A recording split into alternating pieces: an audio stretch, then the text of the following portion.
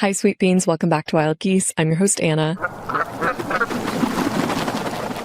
There's like a huge truck outside that keeps honking the smallest little honks I've ever heard. And it's reminding me of this video that I saw this morning of this cat who was like attacking her owner. But by attack, I really just mean the cat was slightly opening her mouth anytime the owner's hand would come near her. It was like...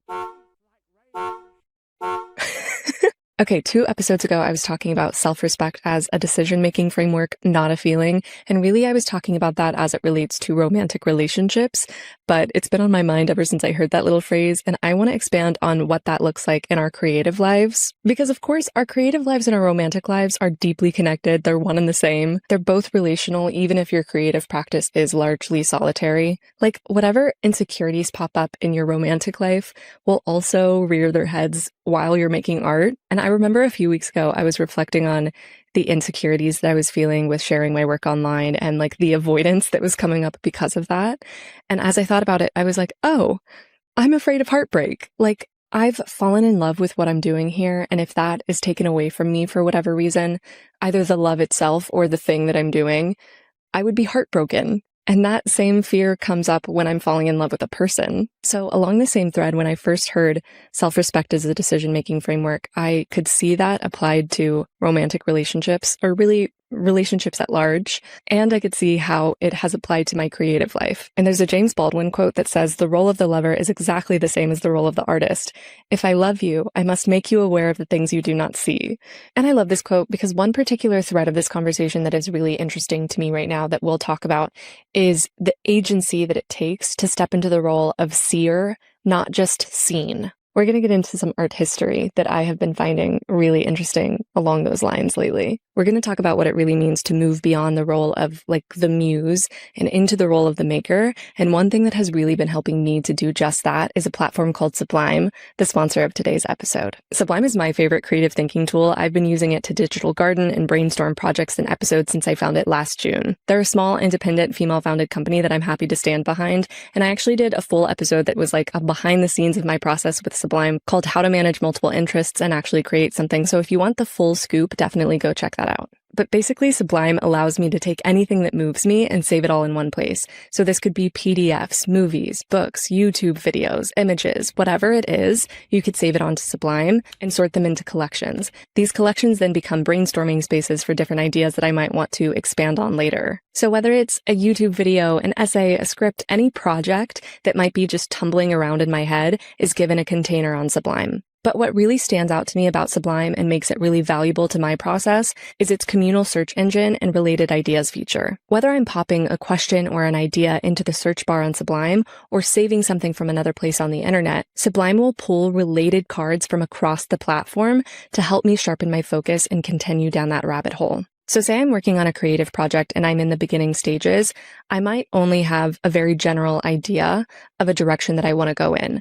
I can pop that general phrase into the Sublime search bar, and Sublime will make tangential connections to other related cards. It does the same thing when I add a new idea to my own archive. So this takes us past the classic, like personal archival and into a human curated living network of references that's free from social media algorithms. I love this because it's not like searching for a direct answer and then stopping ourselves from thinking once we get it. It's like asking, what more might I discover? And then Sublime is putting you in contact with real, cited work without a social media algorithm or 1,000 ads distracting you from your original line of inquiry. To put a little cherry on top, Sublime has a canvas feature that allows you to make mind maps, which is exactly what I need in order to take what I'm saving and actually make something new from it. You can try it for free or sign up for premium today. Use code WILDGEESE to get 20% off at checkout.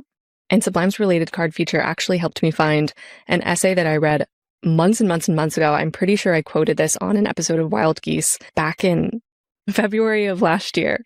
Probably exactly 1 year ago today, I quoted this essay. But I think this essay is perfect to situate us in this conversation today. It's called They Convinced You to Love Yourself So You'd Forget to Respect Yourself by Zara on Substack. Zara says self-love encourages a self-acceptance without challenge or accountability, while self-respect demands integrity, discipline, and most importantly, a steadfast alignment with one's values. If your worldview is one of higher purpose and one that acknowledges the reality that struggle is a condition of life, feeling good is peripheral. What becomes central is dignity, self-confidence, resilience, and an ability to rely on yourself. Unlike self-love, which has few, if any, conditions, and can drift into narcissism or self-indulgence, self-respect demands a lot from us. It requires that we honor our commitments and uphold our moral principles practically. It requires that we repeatedly do what we say we will do. And I have an example of a time that self-respect really had to come into play for me, both romantically and creatively at the same time. And I've told this story before, like a year ago, but I'll tell it again to, I guess, embarrass myself. For a bit of context, Wild Geese started in April of 2024, and I went until July of 2024. And then I started dating, just kind of like lost the vision for this podcast, stopped being as motivated to interview people. And I took like a 5-month hiatus. And the thing that actually got me to recommit to this and say like, okay, I'm going to become the person that repeatedly does what I say I am going to do is that I got ghosted. And right before he ghosted me, he shared, like, he was a music producer and he shared this song that he made in like GarageBand or whatever. And he was like, can you write lyrics to this? And I wrote lyrics to it. And shortly after that, he ghosted me. But I remember listening to the little recording that I made with my lyrics just over and over and over again. And that feeling of creating something and being proud of it was so intoxicating to me that I was like, okay, I am going to devote 1 hour a day to a creative practice. And at first I was thinking it was going to be songwriting. And then I was like, Anna, you have this whole creative project that you've completely binged. What if you came back around to it and just said, I am going to spend 1 hour a day improving my skills on this podcast? And that was ultimately a decision that I made out of respect for myself because I could feel how great it was to create something that I was proud of. And I wanted to continue coming back around to that feeling, no matter how much like gunk I had to go through to get to that feeling again. I wanted it again, but also it was the self-respect to put my attention and energy into a process that could reciprocate and not into pining after a guy that was like clearly not right for me. And then a really cool example of self-respect in someone's artistic process is Alysa Liu. If you haven't been following the Olympics ice skating, Alysa Liu's story, whatever, Alysa Liu is the American ice skater that just won gold. And she made history when she was like 13 years old, when she became the youngest women's nationals champion. And then she won again in 2020. So obviously this put a ton of pressure on her to become like the next great American ice skater. America had not won a gold medal. I can't talk. America had not won a gold medal in like a really long time. So she was under a ton of pressure. She was skating every day. Her whole life basically became controlled by her coaches. And once the pandemic came along, she found herself hoping that the ice skating rinks would not open back up.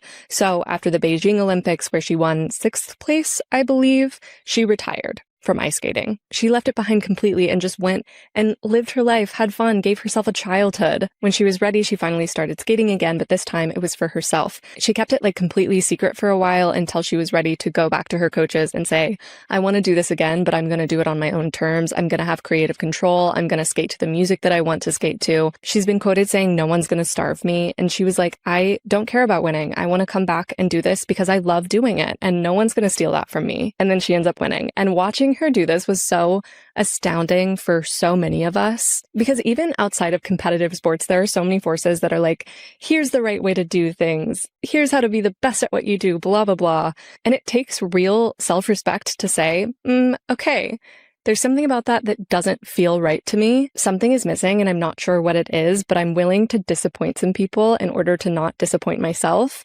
And I will create what I'm actually looking for, whether it's here or elsewhere. And that idea of creating what you're looking for reminds me of this TikTok that I saw and saved to my creativity collection on Sublime. This TikTok is by Pau Suarez Gomez.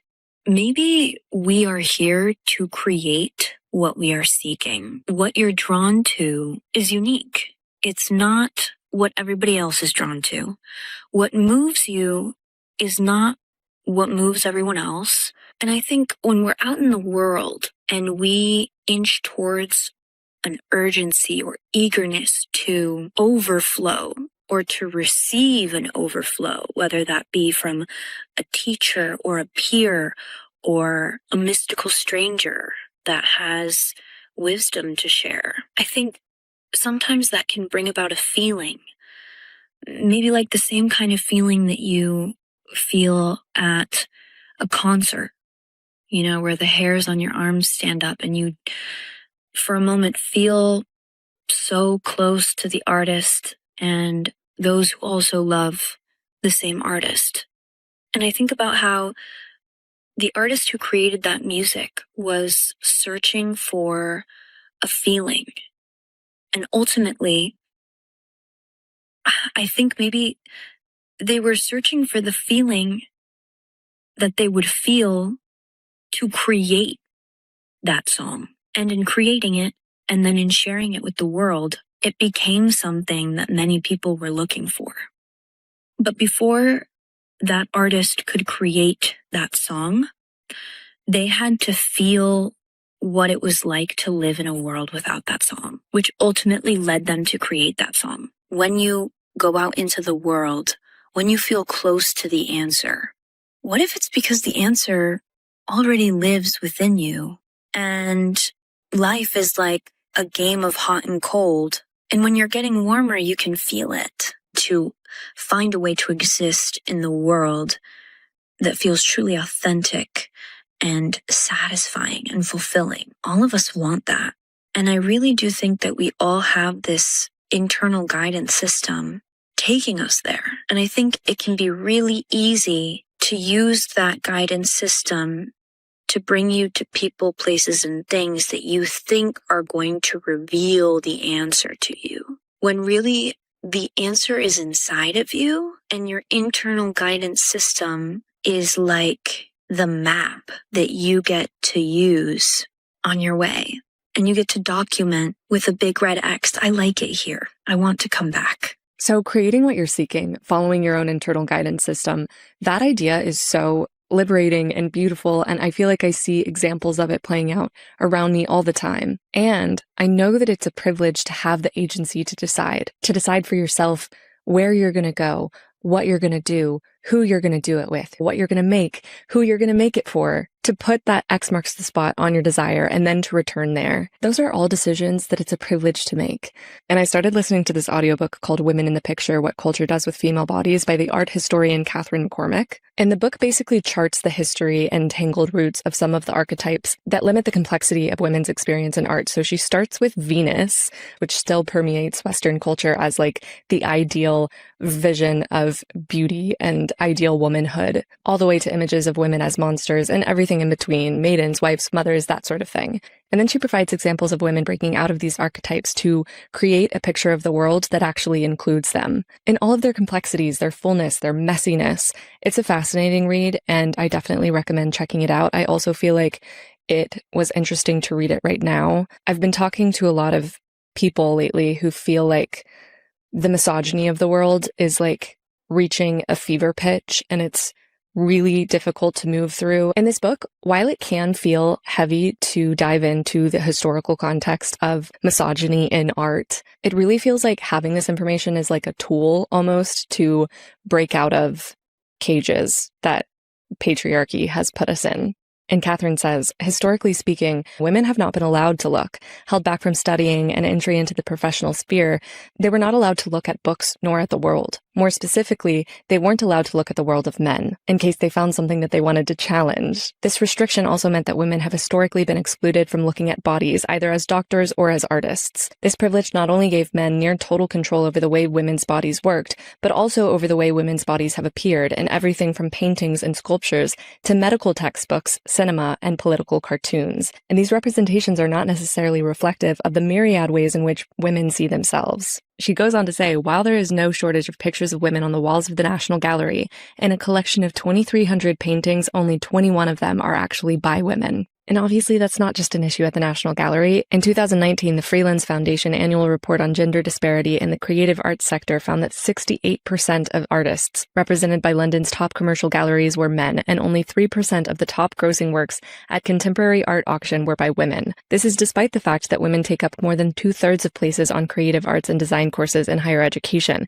The statistics are even worse for artists of color. The Black Artists in Modernism's National Collection audit found that there are only 2,000 works by Black artists in the UK's permanent collections. In the US, African American women make up just 3.3% of the total number of female artists whose work was collected by US institutions between 2008 and 2018. Now, I will say this book really focuses on Western art. I would be interested to learn more about how this might look different in Eastern cultures, but I do think that this is a good place to start as a person who was born and raised in the US, because these are the cultural waters that we're swimming in. But I was surprised when she said, historically, women have not been allowed to look. I did not expect that to be such a literal statement. Like, in a heady way, I could see how she could say that as like a figure of speech to get this message across, that like there's a disparity in representation for women and especially women of color. But she pulls out examples that make it so incredibly literal. She uses the example of the painting The Lady of Shalott, which is based off of the poem by Alfred Lord Tennyson. According to Wikipedia, in the poem, the lady had been confined to her quarters under a curse that forbade her to go outside or even look directly out of a window. Her only view of the world was through a mirror. She sat below the mirror and wove a tapestry of the scene she could see by the reflection. After defying the curse by looking out the window at Camelot, she made her way to a small boat. This is the moment pictured in Waterhouse's painting as she leaves to face her destiny, and she is shown sitting on the tapestry she has woven. So she dies as a consequence of defying that curse, and she floats down the river where she's met with knights that gawk at the beauty of her dead body. Catherine puts it pretty succinctly that the story is about the perils that afflict women who look. Another example she uses is the academicians of the Royal Academy. I don't know if I'm saying that correctly. Academicians. Academicians? I don't know. I've never heard that word said out loud, but this is a painting that depicts the Royal Academy in Britain, and it actually had two women who were founding members, Angelica Kauffman and Mary Moser. But they were not allowed governance. It was seen as like this big mistake that they were ever let in the first place. And in this painting of the Royal Academy, they're not allowed in the painting. Instead, they're seen as portraits on the wall. For many, many years after, women were not allowed in the Royal Academy, and this was seen as a time when there were quote-unquote no women artists. But we know that's not true. We know women were still making art. They just weren't being funded, recognized, or encouraged to do so. Catherine says women, even when they were seminal artists themselves, could only be depicted as they were seen by others and not in the act of seeing the world themselves. So, how were women seen by others, and how does that affect our sense of self even today? That was really what this whole book was like fleshing out, and I'm obviously not going to be able to get into the whole thing in a 30-minute episode, but I do want to focus on Venus, because Venus was an archetype that was incredibly interesting to me. When you think of Venus, you probably think of love, beauty, fertility, maybe something astrological. The Birth of Venus by Botticelli is probably the most famous depiction of Venus. It's what I originally immediately thought of when I was on the plane listening to this audiobook. Pro tip, if you're going to listen to an art history book, maybe have the actual physical book as well, because images do help. But Catherine says Venus has been employed to make ideal versions of femininity seem normal and to teach us patriarchy's version of sex.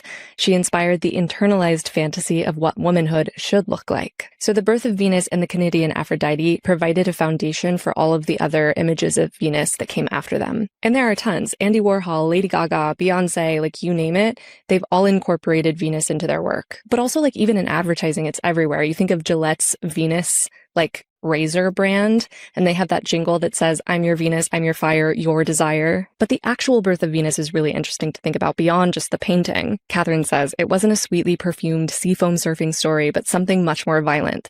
The god Kronos, son of Uranus and Gaia, sawed off his father's testicles just as Uranus was about to make love to Gaia. The severed genitals were then thrown into the sea, where they frothed and transformed into a beautiful woman who was the goddess of love, beauty, and fertility. Let's take a pause and just think about this for a moment. The enduring Western symbol of feminine beauty and sexuality did not come from the body of a woman and the sex organ of a man. Venus is the butchered testicle of her father's body. She is motherless. The fact that Venus did not come from the body of a woman actually made her more divine within the Neoplatonic concept of Botticelli and the Medici's circle. It may not at first be obvious, but the mythological story of Venus's birth erases the reproductive power of the female body. So, that makes me want to scream. Thinking of Venus before reading this book, I was like, yeah, I love her. Like, goddess of love and beauty and fertility, love all those things. But just knowing that it's actually those things as they're perceived and depicted by men who, like, very clearly did not want to see the power that women actually have. I want to make it clear here that I am not saying fertility is a prerequisite for womanhood. You can be a woman who doesn't menstruate, can't give birth, doesn't have XX chromosomes, and that doesn't make you less of a woman. Trans women are women, infertile women are women. Fertility is not a defining aspect of womanhood. But the fact that the goddess of fertility only existed thanks to a man, respectfully, how dare you?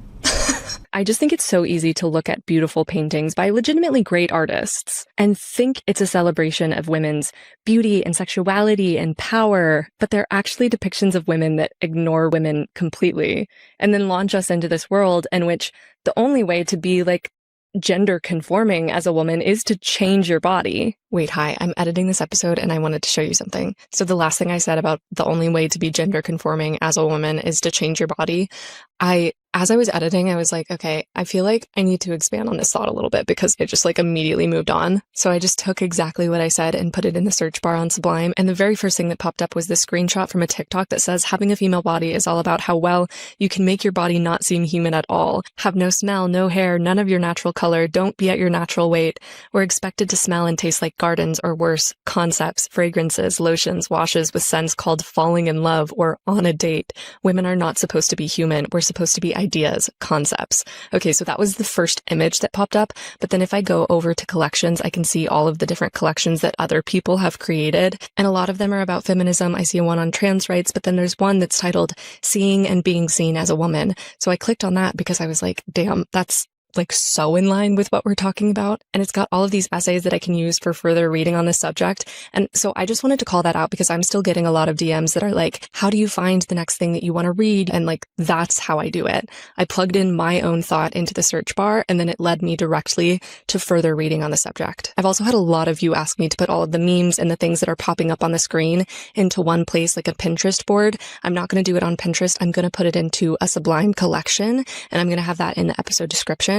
I think I'm going to do that going forward so that you can have the resources for each episode along with all of the things that are popping up on the screen all in one place. So check that out in the episode description. Anyway, back to Venus. And Venus in the nude often assumes a pose called the Venus pudica, where she like covers herself with her hands, aware of the onlookers and ashamed that she's being exposed, which is something you definitely don't see statues and paintings of men from that time doing. Like nudes of men are very prideful. It's like their dick is just out, you know? And in an act of protest, there's a suffragette named Mary Richardson who actually went into the National Gallery in 1914 and slashed a painting of Venus called the Rokeby Venus. The Rokeby Venus is a painting by Diego Velázquez from the 1600s, I believe, that depicts Venus lying with her back facing the viewer, and Cupid is like holding up a little mirror for her to look through. The actual history of this painting is that this is a painting in which the woman posed naked for Diego Velázquez, and then this painting was passed around rich circles of men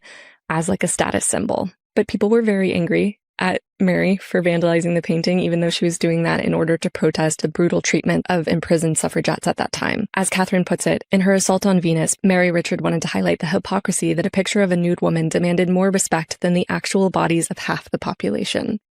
But let's talk about self-respect beyond protest, because I believe that reactionary decisions like have their time and place, but they can really only go so far. So what does self-respect that actually takes narratives that have historically been allowed and funded and even revered and then twists them, breaks them in half, or ignores them completely? What does that look like? And Ruby Carr actually created her own version of the Rokeby Venus. I'm not sure if it was intentionally calling to that piece or not, but it's an image of her where she's laying down with her back facing the camera with a period stain showing through her pants. And this image was actually taken down from Instagram. I believe this was like years ago. It was like in maybe 2015 or something like that.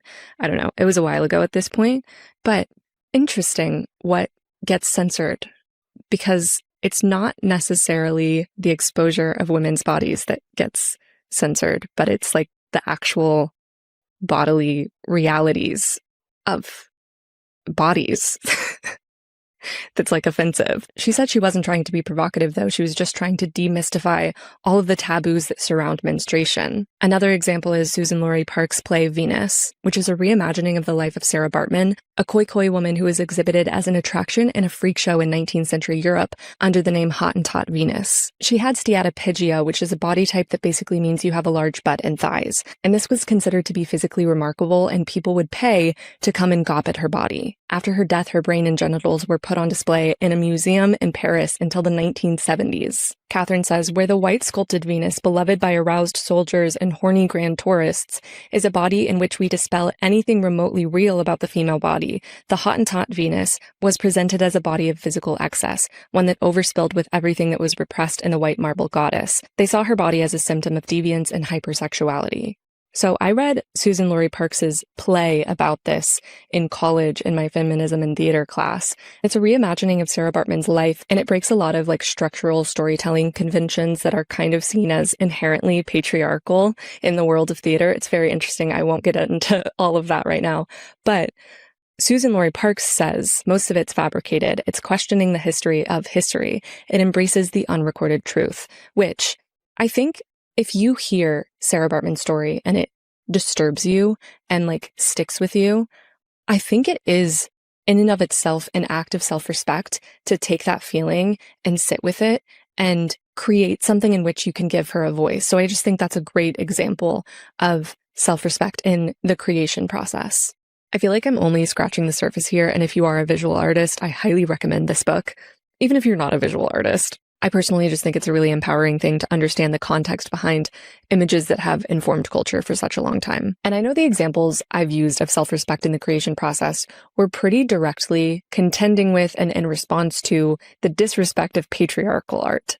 But I would go as far as to say that forming a creative practice that prioritizes that thing we were talking about before of like feeling out what's missing and creating it for yourself, I would say that alone is an act of self-respect. It doesn't have to be like these feminist statements. But I know that, like I was saying earlier, the misogyny of the world is like thrown in our faces constantly. Many people I love, including myself, have expressed that it feels incredibly loud right now. And sometimes it's really difficult to believe that a world can exist in which we're free from that. But I do think art, the making of it and the sharing of it, is becoming more accessible. Like, I see women, people of color, non-binary people making and sharing art and having a platform to do so every single day. And I just don't think that that can really be said for other times in recent history. And I actually have a bit of a hot take. I think that art that's shared online is so often flattened into content creation when it's like so clearly art, but it's devalued because it's a field dominated by women.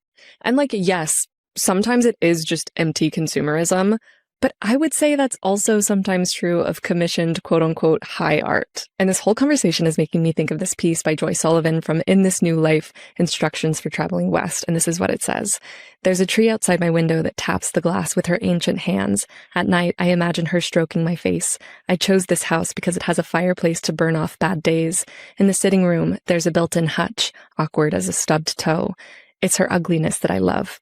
I buy books and candles and thrift store ramekins to line her shelves. If there are ghosts here, we are happy haunting one another. On Saturdays, I buy us all flowers. My cat snores on the bed. When I go out, I order French 75s because I've yet to hear anyone order one and not sound sexy. I wear a dress that doesn't hide my hips. In the tub, I listen to my grandfather's records. I'm naked and unrepentant, a fish with teeth. I've finally found a way to live on the inside of my life. This time, I'm the painter. This time, I'm the muse. And then on a very related note, Victoria Chang's Untitled No. 5, 1998, With My Back to the World says, what if I've spent my whole life wanting to be seen? In that way, I've wanted to be the painting, not the painter, but I am the painter. It's just so clear to me that there is potential for art in every single decision that we make. Personally, writing has been a huge part of this process of stepping from the painted to the painter, since I'm not really literally a painter, although I know a lot of you are. I know a lot of incredible painters are watching this right now. But I don't know. Like, we started this conversation with a silly little story about me abandoning my creative pursuits, my creative projects, in order to date. And really, that, when I think about it, I definitely had this moment where I was hoping to be someone else's muse and for that to be enough. But it's been more than a year now since I realized that that is, in fact, not enough for me personally. And I'm proud of myself for creating, as Virginia Woolf would put it, kind of like a room of my own. Virginia Woolf said, "A woman must have money and a room of her own if she is to write fiction. So long as you write what you wish to write, that is all that matters. And whether it matters for ages or only for hours, nobody can say." And thank you again to Sublime for sponsoring this video, because it really does feel like an extension of that room. You know, like Virginia Woolf was definitely just talking about a physical room, but I feel like with the realities of the world that we live in now, it feels like a place where I can create like attentional sovereignty online. And I think that's all I have for you today. I know that that was a lot of information, question mark. I know it was for me. I was like sitting on that plane, listening to this audiobook, playing my Nintendo Switch, and I was like, oh shit, this is like, I need to note this down. I'd love for y'all to keep sharing the things you're creating with me. It always feels like a privilege to witness. And I love you. I'll see you in 2 weeks. Bye.